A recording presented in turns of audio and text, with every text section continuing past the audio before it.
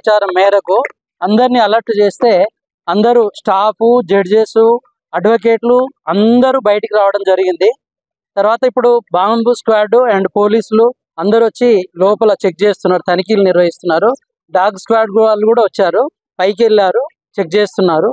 అప్పటి వరకు బయటనే ఉండడం జరుగుతుంది. అది నిజమా అబద్ధం అనేటువంటిది తెలియదు. మరి అది ఏమన్నా బాంబుకు స్క్వాడ్ వాళ్ళు తేల్చి చెప్పాలి.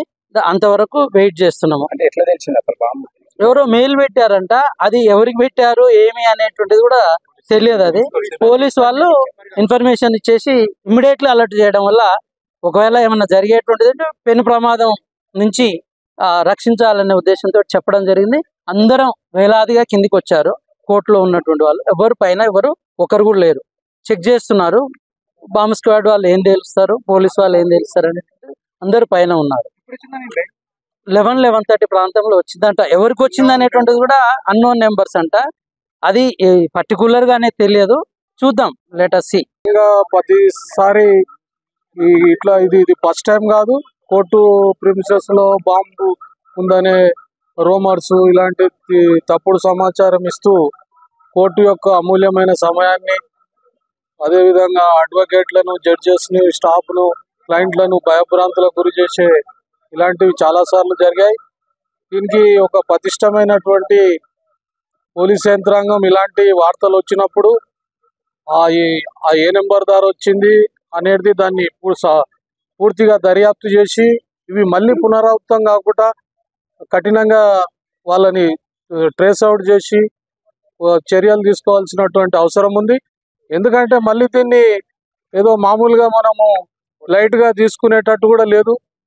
అనేక సందర్భాలలో, అనేక ప్రాంతాలలో ఎప్పుడు ఎక్కడి నుండి ముప్పు ఈ హైదరాబాదు భాగ్యనగరానికి మొత్తము ఎక్కడ విధ్వంసాలు జరిగినా కూడా హైదరాబాదే మూలాలు అన్నట్టుగా ఉన్నటువంటిది కనుక మన హైదరాబాద్లో ఇది ఏషియాలోనే పెద్ద క్రిమినల్ కోర్టు.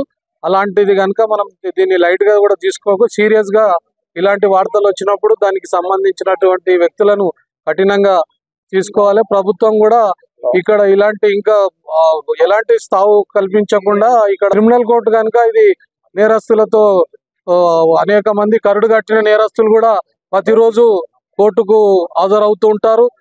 ఎవరి వల్ల ఏ ముప్పు వస్తుందో అనేది భయాందోళన అడ్వకేట్స్, సామాన్యమైనటువంటి క్లయింట్స్, ఇంకా స్టాఫ్, జడ్జెస్ కూడా భయాందోళనకు గురయ్యే ప్రమాదం ఉంది కనుక ప్రభుత్వం కూడా ఇంకా ఇక్కడ గట్టిగా భద్రతా చర్యల్ని ప్రతిరోజు కూడా బాంబు స్క్వాడ్ వచ్చి విజిట్ చేసి వెళ్ళిపోతుంది.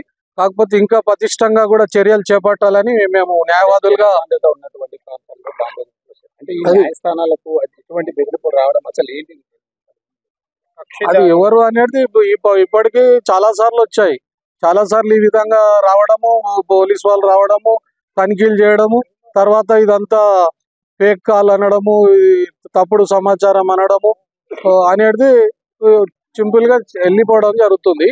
దీని పరిణామాలు ఇట్లాగే మరి ఏదో ఉంది కదా, నాయనా పూలు వచ్చే టైప్ లో మనం నిర్లక్ష్యంగా ఉంటే కూడా ప్రమాదం వచ్చే ప్రమాదం ఉంది కనుక